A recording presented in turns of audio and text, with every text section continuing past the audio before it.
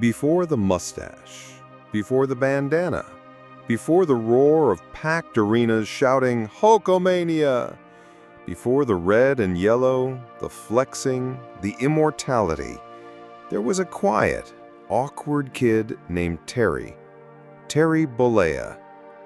You know him as Hulk Hogan, the most iconic wrestler in history. But before he became the immortal legend, before he trained, said his prayers, and ate his vitamins, he was just a tall, lanky teenager in Tampa, Florida, who played bass guitar in a rock band and had absolutely no idea what self-confidence meant. He just knew that he wasn't it. Picture this, a young Terry Bollea, standing 6'7", but somehow managing to make himself look small, hunched shoulders, downcast eyes, a gentle giant who spoke softly and tried to blend into the background. He wasn't the star athlete everyone expected him to be with his size. He wasn't the natural leader his height suggested he should be. He didn't feel powerful. He didn't feel chosen. He felt ordinary. While other kids strutted through the hallways of Robinson High School with swagger and certainty, Terry was the guy who walked close to the walls, the one who had thoughts but kept them to himself, the one who dreamed of rock stardom but was too shy to take center stage. His bandmates in Ruckus knew him as the reliable one, the guy who showed up on time, knew his parts, but never grabbed the microphone, never demanded attention, never believed he deserved it. Every night after band practice, he'd drive home in his beat-up car, windows down in the humid Florida air, wondering what it felt like to be the kind of person who walked into a room and changed everything. What would it feel like to believe, really believe that you were meant for greatness? He had no idea. Until one day in 1976, his life changed forever. Not because he suddenly found confidence, but because someone else saw what he couldn't see in himself. A wrestling promoter named Jack Tunney spotted this tall, muscular young man loading equipment after a Ruckus gig and said words that would echo through history. "You've got the look, kid. Ever thought about getting in the ring?" Terry hadn't. But that night, he looked in the mirror differently. Not because he believed it yet, but because someone else did. And so began one of the greatest transformations in modern entertainment and personal development. From Terry Bollea, an insecure bass player who felt invisible, to Hulk Hogan, the most recognizable face in the history of professional wrestling. This isn't just the story of a wrestler. This is the story of a man who chose to believe in a version of himself that didn't exist yet, and through repetition, visualization, and unwavering faith, made it real. This is the principle of self-confidence, exactly as Napoleon Hill described it in Think and Grow Rich and the Law of Success. And by the end of this video, you'll understand how to use the same power. To stop waiting until you're ready, to stop hesitating until you feel worthy, and to start acting like the version of yourself you were meant to become, even if no one else believes it yet, even if you don't believe it yet. Because here's what Terry Bollea discovered and what you're about to learn. Confidence isn't something you find, it's something you create. Terry Eugene Bollea was born on August 11, 1953 in Augusta, Georgia, but raised in the working-class neighborhoods of Tampa, Florida. His father, Pietro Bollea, was a construction foreman, a tough, no-nonsense Italian-American who worked with his hands and expected his son to do the same. His mother, Ruth, was a homemaker who encouraged Terry's gentler side, his love of music, his artistic sensibilities.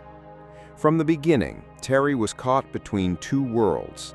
Physically, he was imposing, By age 16, he was already 6 feet 7 and naturally muscular. But emotionally, he was as soft as they come.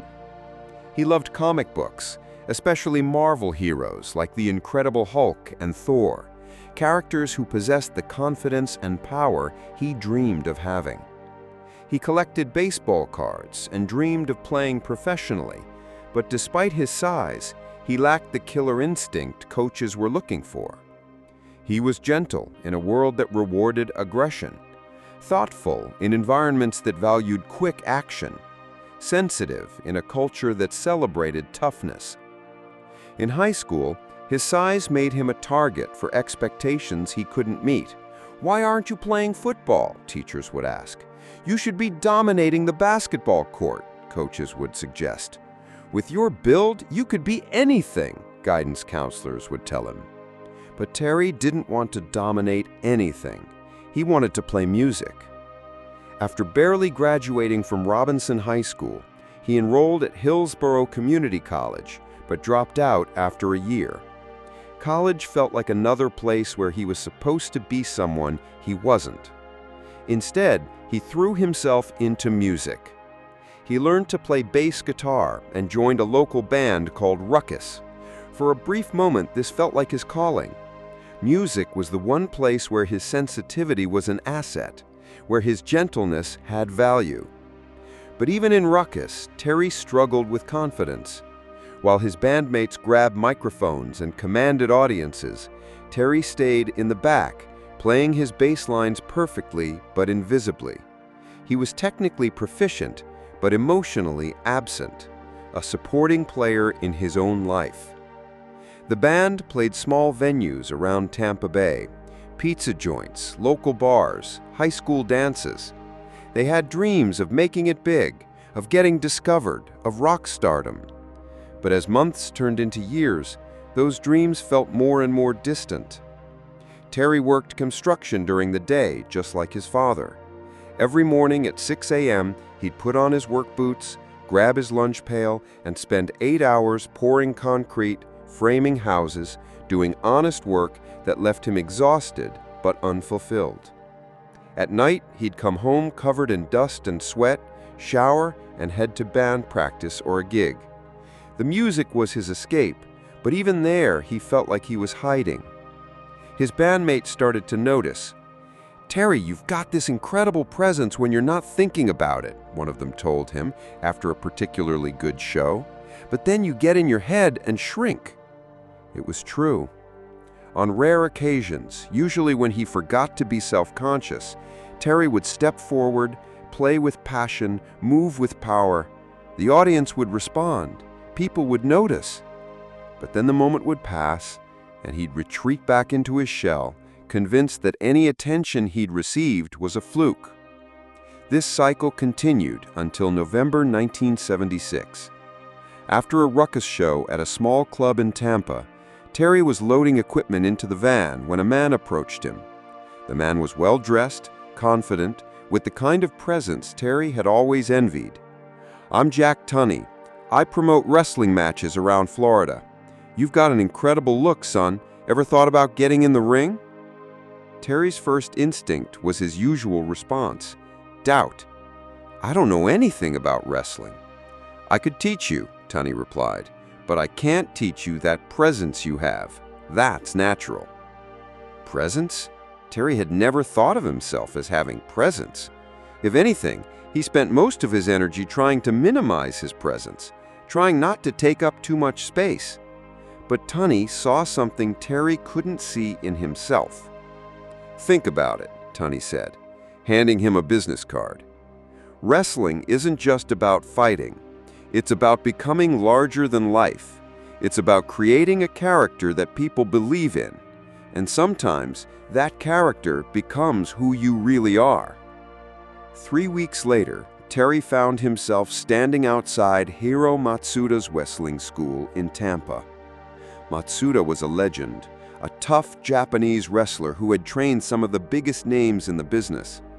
He was known for two things: his technical expertise and his ability to break down a man's ego before building him back up.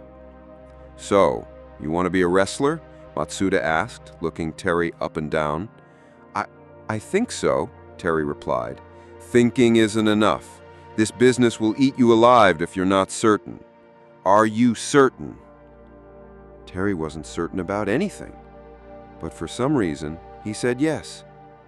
What happened next changed everything. Matsuda didn't just teach Terry how to wrestle. He taught him to become someone else.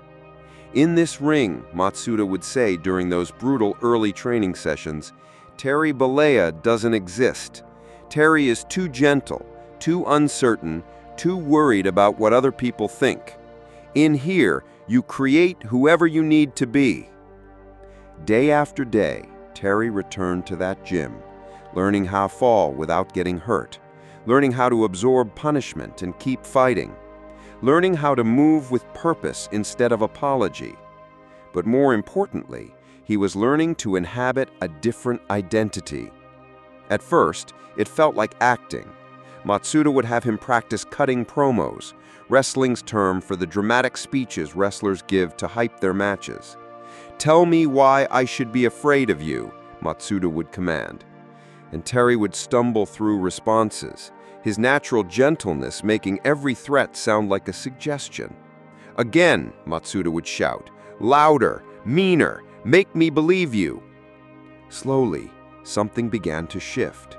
Not just in Terry's voice, but in his posture, his presence, his belief. He started standing straighter, speaking louder, taking up space instead of apologizing for it. And then came the moment that changed everything. During a particularly intense training session, Matsuda pushed Terry to his breaking point. Exhausted, frustrated, and tired of feeling weak, something inside him snapped.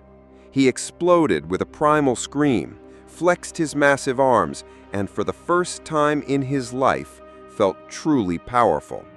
"There," Matsuda shouted, grinning. "There's your character. That's who you are in this ring." That night, Terry went home and looked in the same mirror that had reflected doubt for 23 years. But something was different.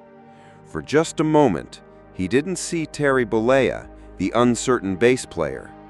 He saw someone else, someone powerful, someone who deserved to take up space. That someone would eventually become Hulk Hogan. But first, Terry had to learn what Napoleon Hill knew all along. Confidence isn't something you discover, it's something you decide to become.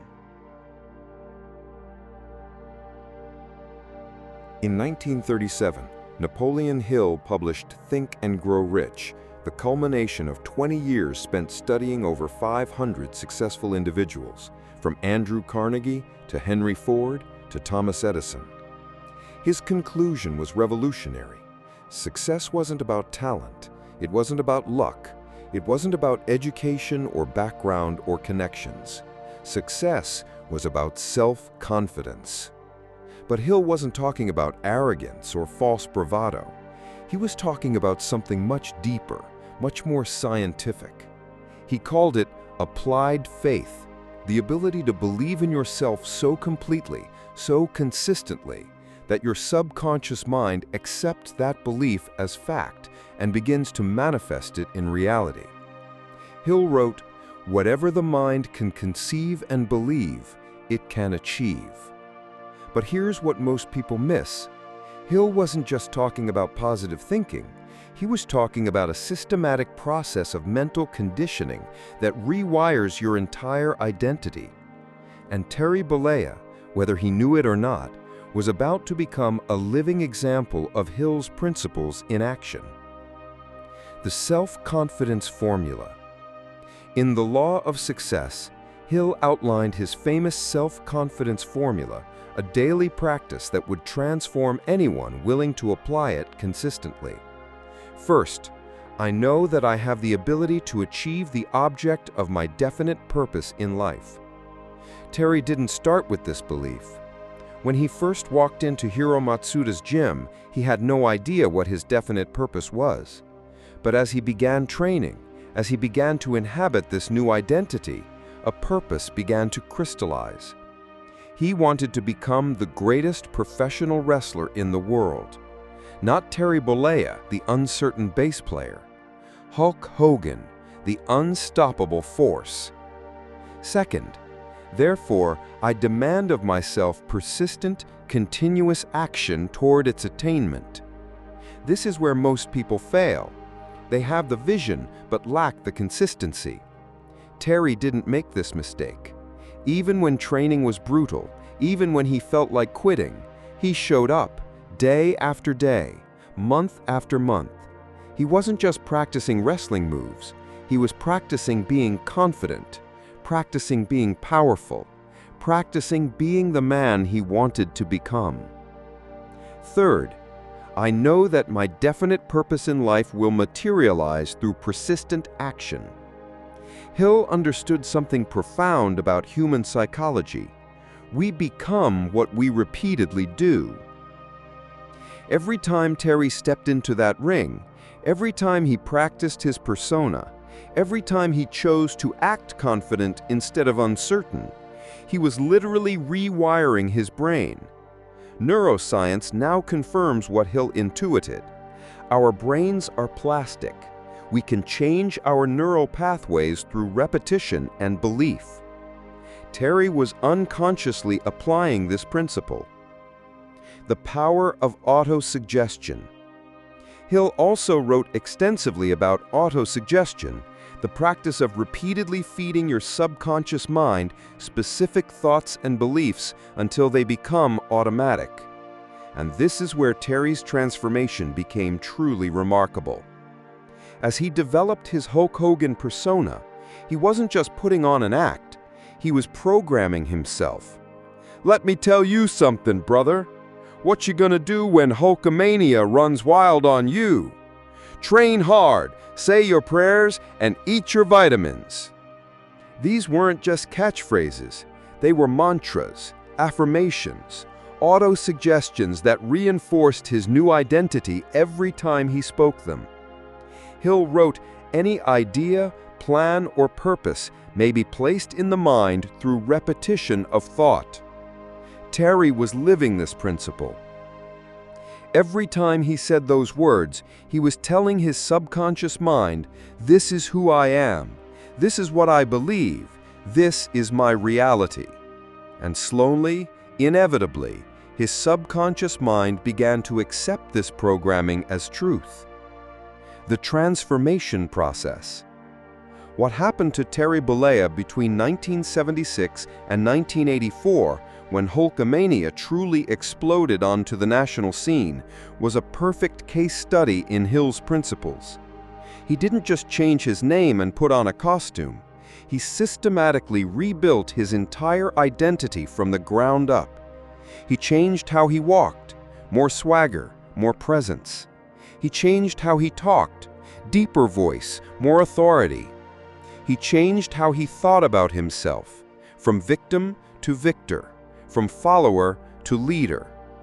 But most importantly, he changed what he believed was possible.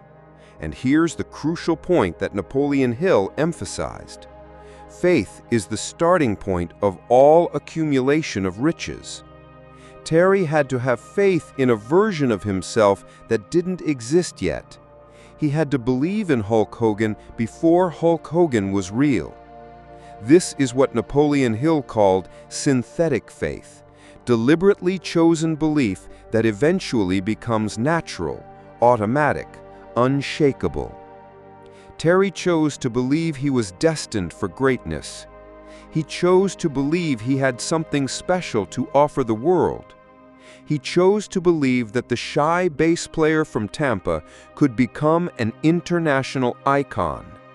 And through repetition, visualization, and unwavering commitment to this new identity, he made it real. The mirror exercise. Hill recommended a specific practice that Terry unconsciously adopted.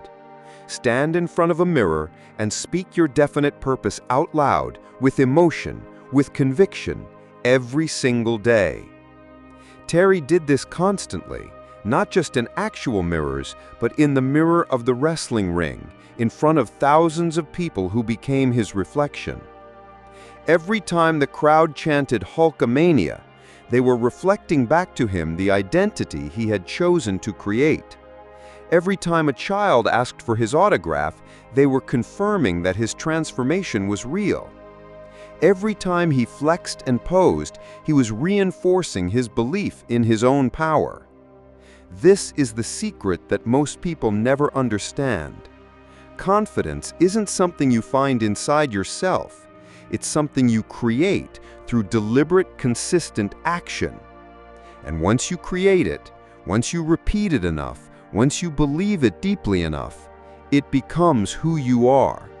Not an act, not a mask, your actual identity. This is what happened to Terry Bollea. By the mid-1980s, Hulk Hogan wasn't just a wrestler. He was a cultural phenomenon. WrestleMania, Saturday morning cartoons, Hollywood movies, lunchboxes, action figures, vitamins with his face on them.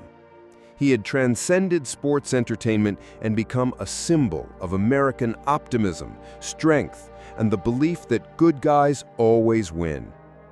Parents trusted him with their children. Children saw him as a real-life superhero. The world believed in Hulk Hogan because Hulk Hogan believed in himself. But then came the fall. And it wasn't just a career setback. It was an identity crisis that would test everything Napoleon Hill taught about self-confidence. The perfect storm. The late 2000s brought a series of devastating blows that would have destroyed most people. In 2007, his son Nick was involved in a car accident that left his best friend with permanent brain damage. The media scrutiny was relentless. His marriage of 24 years to Linda ended in a bitter, public divorce that exposed private family struggles to the world. Reality TV shows portrayed him not as the invincible hero, but as a flawed, vulnerable human being dealing with real problems. Professional relationships crumbled. Business ventures failed. But the worst was yet to come. The recording. In 2015, a private conversation from 2007 was leaked. A recording that contained language so offensive, so contrary to everything Hulk Hogan represented, that the world turned on him overnight.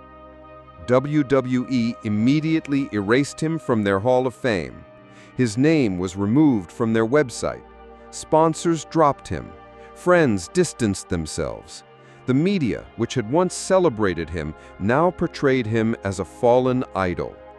For someone whose entire identity was built on public adoration, this was the ultimate test. Who was Terry Bollea when the world no longer believed in Hulk Hogan? The dark night of the soul. What happened next revealed the true power and the true test of Napoleon Hill's self-confidence principles.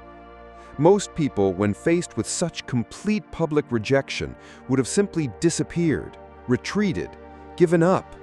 But Terry didn't disappear. Instead, he did something that demonstrated a deeper understanding of Hill's teachings than he'd ever shown before. He took full responsibility, not just for the recording, but for the person he had become in private versus the person he presented in public. In interviews during this period, you could see a man grappling with a fundamental question. Was Hulk Hogan just a character Terry played? Or was Terry Bollea the character, and Hulk Hogan the real man? Hill wrote, "Every adversity carries with it the seed of an equivalent advantage." Terry was about to discover what that meant. The rebuilding. Instead of defending himself, instead of making excuses, Terry did something remarkable. He started rebuilding, not his career, but his character. He issued genuine apologies, not just to the public, but to the people he had hurt with his words. He entered therapy to understand how his private thoughts had become so disconnected from his public values. He reached out to people he had wronged and asked for forgiveness, knowing he might not receive it. Most importantly, he stopped hiding behind the Hulk Hogan persona and started speaking as Terry Bollea, vulnerable, flawed, human. This was Napoleon Hill's principle of accurate thinking in action. The person who is not willing to see and acknowledge his own mistakes will never be able to correct them. The true test of confidence. Here's what most people don't understand about real self-confidence. It's not about never falling down. It's about what you do when you're on the ground. False confidence crumbles when challenged. True confidence, the kind Hill wrote about, finds a way to rebuild. Terry's comeback wasn't immediate, it wasn't easy, and it wasn't complete. But slowly, through consistent action, genuine remorse, and a commitment to becoming better, he began to earn back respect. In 2018, WWE quietly reinstated him into their Hall of Fame. People began to separate the man's worst moment from his lifetime of contributions. New generations discovered his story and found inspiration in his resilience. The deeper lesson. What Terry Bollea's fall and return teaches us about Napoleon Hill's self-confidence principles is this: true confidence isn't about being perfect, it's about being authentic.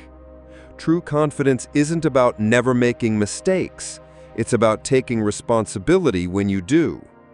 True confidence isn't about maintaining an image, it's about being willing to grow, change, and become better. Hill wrote, "You have absolute control over but one thing, and that is your thoughts." During his darkest period, Terry could have chosen thoughts of victimhood, bitterness, or defeat. Instead, he chose thoughts of responsibility, growth, and redemption. He applied Hill's principles not to become famous, but to become worthy of that fame. And that's why he's still standing today. Not because he never fell, but because he never stopped believing in his ability to rise again. If you've made it this far, you understand something that most people never learn. Self-confidence isn't a personality trait you're born with. It's a skill you develop, a practice you commit to, an identity you consciously create. Terry Bollea proved that a shy, uncertain young man can transform into an unstoppable force through the systematic application of Napoleon Hill's principles. But transformation requires a plan. Here are the exact steps, based on Hill's teachings and Terry's journey, that you can use to build unbreakable self-confidence. Step 1. Define your new identity. First, you must get crystal clear about who you want to become. Not what you want to achieve, that comes later. Who you want to be. Terry didn't just want to be successful. He wanted to be the kind of person who inspired others, who commanded respect, who could walk into any room with absolute certainty. Take a moment right now. Who is the version of yourself that you admire most? What does that person think, feel, and believe? How do they walk, talk, and carry themselves? Write it down. Make it specific. Make it real. This becomes your definite chief aim, the identity you're committed to becoming. Step 2. Create your confidence ritual. Napoleon Hill insisted that self-confidence must be developed through daily practice. Terry unconsciously created rituals that reinforced his new identity. The way he prepared for matches, the mantras he repeated, the visualization he practiced. Create your own confidence ritual. Every morning, stand in front of a mirror and speak your new identity out loud. I am confident, powerful, and worthy of success. I believe in my ability to achieve my definite chief aim. I attract opportunities because I expect them. Say it with emotion. Say it with conviction, even if you don't believe it yet. Remember, you're not lying to yourself. You're programming yourself. Step 3. Act as if. This is the most crucial step, and it's where most people fail. You must begin acting like the person you want to become before you feel like that person. Terry didn't wait until he felt confident to start acting confident. He acted confident until confidence became his natural state. Starting today, walk with the posture of someone who belongs wherever they are. Speak with the voice of someone who expects to be heard. Make decisions like someone who trusts their own judgment. Take up space like someone who deserves to be there. It will feel fake at first. That's normal. Keep doing it anyway. Step 4. Surround yourself with believers. Terry's transformation accelerated when he surrounded himself with people who believed in his potential before he did. Hiro Matsuda saw greatness in Terry before Terry saw it in himself. Wrestling crowds reflected back the confidence he was creating. Identify the people in your life who see your potential and spend more time with them. Distance yourself from people who reinforce your old limited identity. Join communities where your new identity is normal, expected, celebrated. If you want to be confident, surround yourself with confident people. If you want to be successful, learn from successful people. If you want to grow, connect with people who are growing. Step 6. Track your transformation. Hill emphasized the importance of measuring progress. Keep a daily journal where you record moments when you acted confidently, situations where your new identity showed up, evidence that your transformation is working. Terry could measure his progress through crowd reactions, match bookings, and career advancement. You can measure yours through how differently people respond to you, the opportunities that start appearing, and most importantly, how you feel about yourself. Step 7. Embrace the discomfort. Here's what no one tells you about building confidence. It's uncomfortable. Your brain is wired to keep you safe, which means keeping you the same. When you start acting differently, your mind will resist. You'll hear voices saying, "This isn't who you are. People will notice you're faking it. What if you fail?" That discomfort is not a sign that you're doing something wrong. It's a sign that you're doing something right. Terry felt like an imposter for months before Hulk Hogan felt natural. The discomfort didn't mean he should quit. It meant he was growing. Expect the resistance. Welcome it. It means you're changing. Step 7. Never stop becoming. The final lesson from Terry's journey is this: self-confidence isn't a destination you reach, it's a practice you maintain. Even after becoming the most famous wrestler in the world, Terry had to continue reinforcing his identity.